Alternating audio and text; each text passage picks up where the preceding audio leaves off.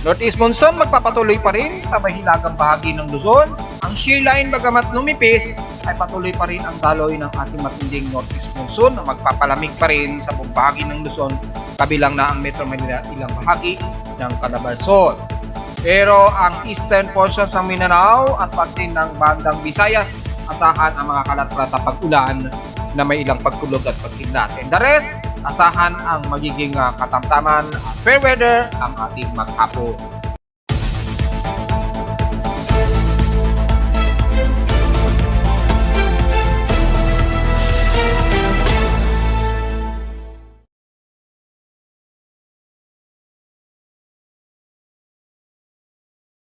Hello, good morning mga folks. Welcome po muli sa ating daily weather bulletin at analysis para sa dispiras ng Pasko, December 24, 2023. Ang oras nating boss may umaga ay alas 10:55 na ng umaga. Bahagyang nagkakaroon ng technical difficulties ang aking file transfer protocol sa aking webpage. So, medyo konting unawa muna.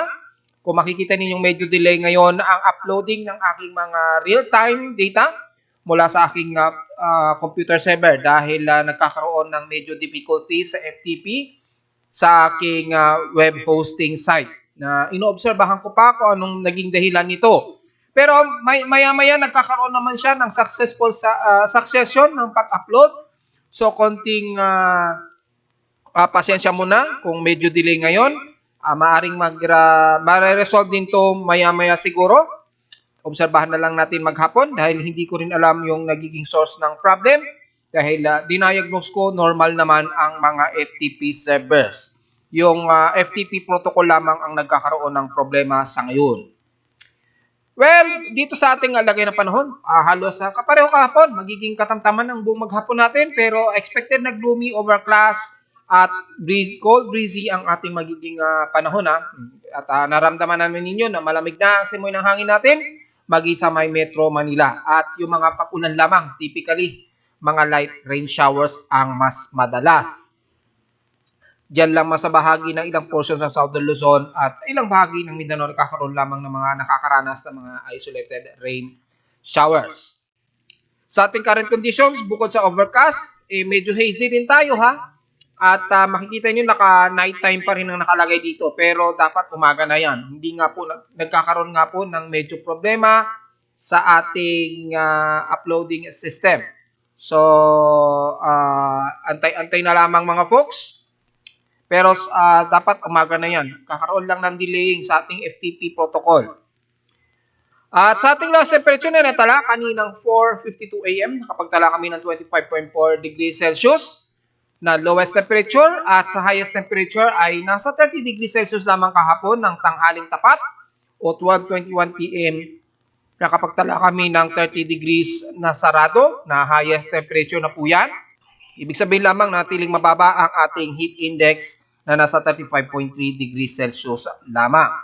Kung sisilipin natin sa heat index ni Pag-asa, hopefully updated sila kahapon. So far, walang data ang pumipitik ngayon sa mga weather stations. Ibig sabihin, mukhang naka-shut off ang mga weather stations si Pag-asa. Oo, mukhang hindi lahat ng weather stations gumagana. So nagkakaroon yata tayo ng problema sa ating internet connection talaga. Kaya nagkakaroon ng problema yung network site. Wala tayong idea dahil wala naman tayong nare-receive na notice sa ating mga internet provider. At mapapansin natin, maging kay Pag-asa, ay may mga butas-butas po yung mga data nila ngayon. At hindi lahat nag-update. Wala silang recorded high heat index. And so far, nasa at least extreme caution levels lamang ang may pinakamataas sa iba't ibang bahagi ng Calabarzon, Region 4, and the rest ng Region 5, 6, 7, at 11 and 12. So hanggang doon lamang ang pinakamataas na sa kanila na naglalaro sa around 41 degrees, 40 to 41 degrees Celsius. Ang pinakamataas na heat index doon sa active na weather stations ni Pag-asa. At sa ating peaks extremes in past 24 hours, ang Zamboanga Peninsula pa rin ang nangunguna sa may pinakamataas na alinsangan umabot sa 35.9 degrees Celsius. o halos 36 degrees Celsius. Kaya sa mga taga Mindanao area, lalo na sa Zamboanga Peninsula at ilang bahagi ng Barm at Sorsogen, iwasan po natin masyadong magbibilad sa tinding sikat ng araw. Asahan pa rin ang halos dry season dyan sa inyong lugar, lalo na ng mga taga Zamboanga. Huwag masyadong magbibilad sa tinding sikat ng araw at uminom po ng maraming tubig dahil napakatindi ng temperatura ninyo dyan na halos 36 degrees Celsius. Sa lowest temperature ay ang Baguio City nakapagtala ng lowest of 15.2 degrees Celsius, kapantay lamang ng Basco Batanes site. Sa Inulan naman, ng pinakamataas ay ang Romblon na umabot ng 69 mm ang total rainfall. So, isolated yan at inaasahan na tuloy-tuloy yan dahil sa ating umiiral pa rin na stainless na sumasalubong sa malamig na hangin sa kanluran ng bansa. Typically yan, mga isolated showers. Pero sa amin ay halos wisik pa rin ang naitala sa amin, halos 0.3 mm lamang. So halos very insignificant.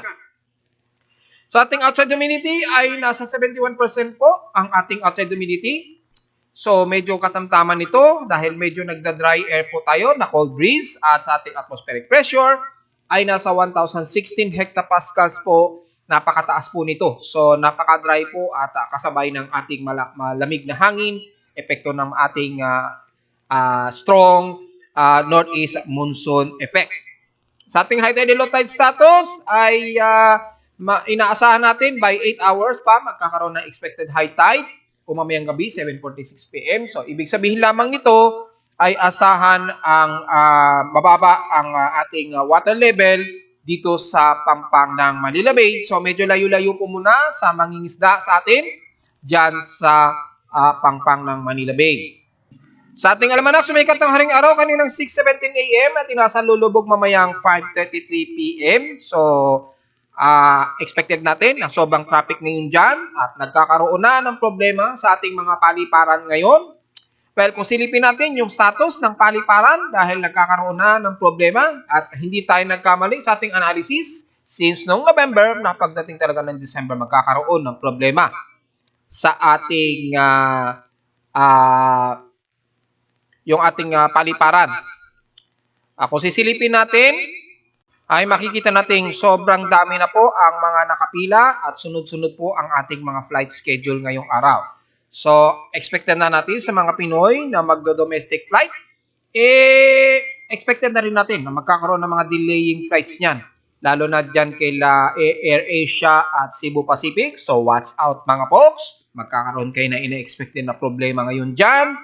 At makikita natin sa ating flight monitoring ay sunod-sunod po ang mga arrivals at yung departure mukhang nagkakaroon ng traffic sa departure. Pero yung mga arrival, sunod-sunod po. At mukhang yung iba, nagkanda ikot-ikot na, hindi makalanding yung iba. Kung papansinin niyo halos umiikot-ikot lang sa may bandang naiya yung ibang eroplano. So, mukhang may mga hindi agad makalanding. Siguro sobrang traffic sa may naiya. Kung hindi tayo nagkakamali. Diyan sa may Davao, mukhang may parating din. Ayan arrival na po. At mukhang kabababa lang diyan sa may bandang Buhangin. So, sunod-sunod ang mga biyahe ngayon mga folks. Expected po na magkakaroon ng problema at delaying sa inyong mga flights. Watch out na lamang mga folks. At sa ating bukod sa almanak, ay sumikat ang haring araw kaninang 6:17 AM at inasang lulubog ito mamayang 5:33 PM at ang ating 90% na illuminated na waxing gibbous ay sisikat ngayong hapon 3:05 PM at kinabukasan na ito ng 4:23 AM ito lulubog. So magiging maulap dito sa atin sa Metro Manila, hindi natin masyado tanaw ang buwan pero yung liwanag niya halos kita ito. Wala tayong problema sa air quality. At sa ating local weather outlook para ngayong linggo hanggang bukas na po yan, araw ng Pasko, magiging partly cloudy po ang ating maghapon dito sa NCR, tinang bahagi ng Luzon. Maliit ang tsansa ng pag-ulan at 10 to 13%, pero bukas po ay mas maliit din daw ang tsansa ng pag-ulan. Pero isolated ang pinapakitang pag-ulan nito na may pagklaro sa maghapon. Na 10% lamang ang tsansa ng pag-ulan. So, puro isolated lamang ang inaasahang mga light rain showers ang typical na iiral dito sa Luzon area. Mangunguna po ang very cold breeze, mga folks. Takot tayo sa lagay ng panahon, halos wala tayong mamataan anumang any weather conditions. Dito lamang sa ating malakas na hanging amihan, makikita natin na nagpapalamig sa buong extreme Northern Luzon na nagpapangabot sa NCR at ilang bahagi ng Southern Luzon. So sa mga taga Southern Luzon, dahil yung umiiral nating istilis dito sa may dagat Pasipiko ay magdudulot pa rin ng mga ilang kalat-kalat na pag-ulan at ilang pagkulot at pagkilat hanggang na yan bukas sa araw ng Pasko. Siyempre, ang buong Visayas at ilang bahagi ng Bicol Region ay katamtaman pa rin ang lagay ng panahon at mangunguna pa rin ang matinding alinsangan dyan sa Visayas at lalo na sa kalurang bahagi ng Mindanao. Pero kung sisilipin natin sa may bandang Eastern Mindanao, ay mayroong accumulation ng water vapor dyan na mataas na maabot ng at least 50 mm. Kaya magkakaroon po ng mga ilang kalat-kalat na pag-ulan dyan sa bahagi ng Leyte, Surigao del Norte, yung bahagi ng Northern Mindanao sa Butuan, Ginuog at Cagayan de Oro, and the rest ng Surigao del Sur o sa halos buong Caraga area. So magdala po na pa ng galang sa ulan, lalo na sa mga nag-iikot ngayon dyan para sa paghanda ng inyong mga Noche Buenas, ay ingat po sa mga potensyal na pag-ulan, lalo na sa buong silangan ng Caraga area hanggang dyan sa may Compostela Valley. Pero ang areas ng Davao del Norte, Davao del Sur, magiging katamtaman, medyo parte ito Musligo ang iiral at medyo maalinsangan din in the rest ng Sorsogon area hanggang dyan sa buong Zamboanga Peninsula.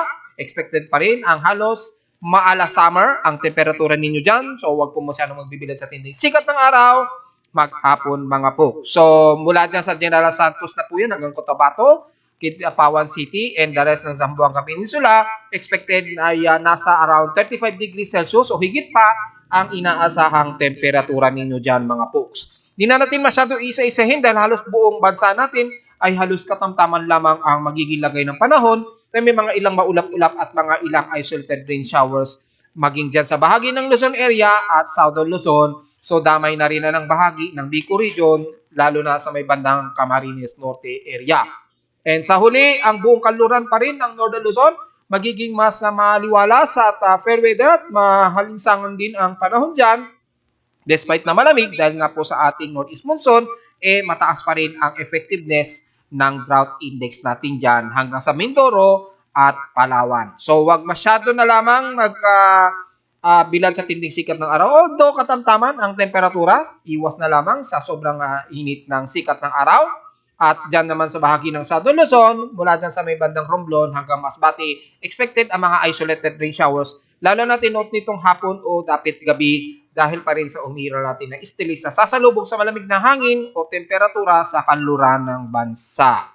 Sa lagay na ating global assessment o tropical cyclone assessment monitoring, wala tayong magiging report masyado rito dahil halos stationary na wala tayong mamamataan na namang sama ng panahon sa loob at labas ng ating Philippine Area of Responsibility. Kaya kung titingnan ninyo dito sa ating webpage, halos wala tayong magiging komento dyan. Typically, puro mga amihan lamang at stainless na magdudulot lamang ng mga ilang cluster ng mga kalat-kalat pag-ulan sa iba't ibang bahagi ng bansa. In the rest, wala naman po tayong makikitaan dito na anumang ganap hanggang sa pagpasok na yan ng bagong taon. At sa ating global spectral model, halos ganun din.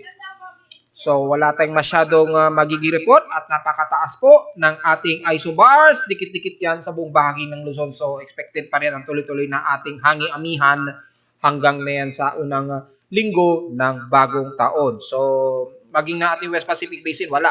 Halos puro Southern Hemisphere lamang at ilang mga potential lamang na nakikitaan nating anomaly dito sa may bandang Malaysia.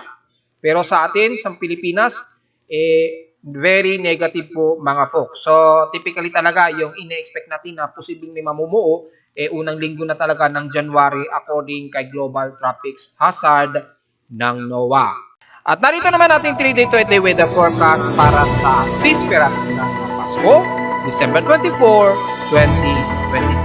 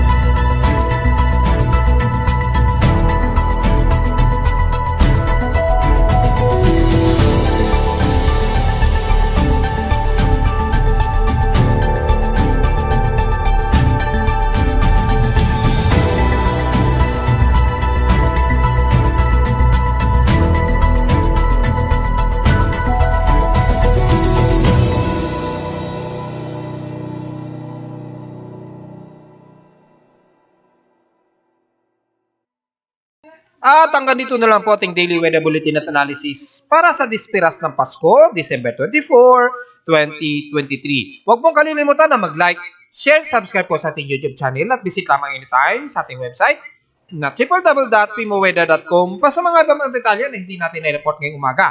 At since wala naman masyadong ganap na sama ng panahon o anumang weather systems na nagpapa-abnormal sa lagay ng panahon sa bansa, so wala po tayong dapat alalahanin ngayong araw ng Disperas hanggang bukas na po yan ng araw ng Pasko. So, yun lamang po at silipin na lamang ninyo sa website kung meron pa kayong gustong malaman, lalo na sa ating data feeds mula sa iba't ibang mga weather agencies. Maraming salamat po mga folks and advance Merry Christmas po sa ating lahat.